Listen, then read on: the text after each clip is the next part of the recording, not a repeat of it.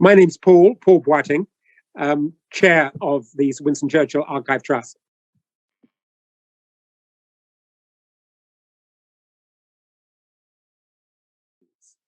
So let me give you an example.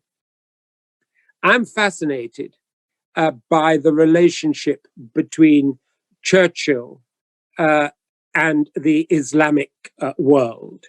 And Churchill, in the context of events in the Sudan, in Palestine, in Arabia, in Egypt. And I've also, as a cabinet minister and as a diplomat, lived and practiced what it is that politicians and diplomats do in a time when the Middle East and the Arab world and Islam have been center stage. So I'm interested in what we can learn about how we deal with contemporary challenges by understanding better their origins, but also by understanding how people, far-sighted people, at the time approached the issue and the challenges that part of the world presented. And I think Churchill's life is a very interesting example in that regard. The way, for instance, he constantly looked at history, met with and sought to understand the history of the peoples of that region, met with peoples and spent time with peoples who had lived amongst the people of that region and listened to them in a way, frankly, which we as contemporary politicians haven't done. I mean, I can't help but reflect on the mess, frankly, that we made, my generation, of the Iraq war's aftermath. If only, and it's all very well to say that now with the benefit of hindsight, but if only we'd spent some more time studying the history of that region, if only we had perhaps listened more and there had been people available to us who had lived and really understood its complexity.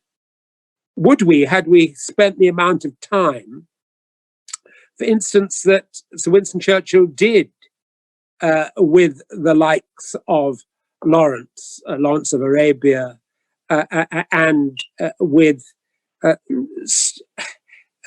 Gertrude Bell, with people who really knew and understood and loved those peoples in that region, would we have made the mistakes that we did? Because we didn't spend time actually doing that, you know. Yes, it doesn't mean we didn't read intelligence reports and all the rest, but it's not the same. And I think one of the big lessons is that we've got to put more resource, more time and effort into understanding the history of different peoples. We need to rediscover the importance of language in the Foreign Service. You know, unfortunately, we're changing that now, I'm happy to say. They're putting more investment in the study of languages.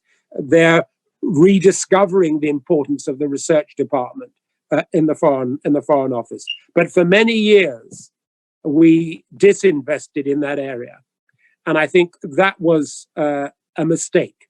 And so archives and history and getting under the skin of problem areas and historically rooted issues, that's so important in policy making. And I think archives and the study of people in different times has a role to play in that.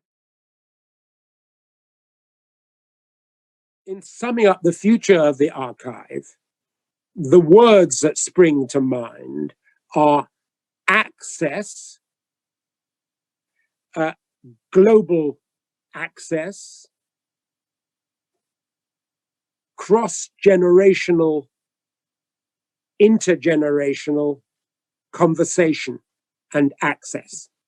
So it's about making the archive that much more accessible to that greater number of people, but doing so in a way that brings together peoples from different parts of the world that were certainly important in Winston Churchill's life. So, looking at Africa, looking at the Middle East, as well as the Americas and Europe, looking at that, and then looking at it in a way that says, well, how is that relevant to conversations between the different peoples in those lands, but also between the generations in those lands? Younger people talking to each other about the content and about the times, but also older people talking to younger people.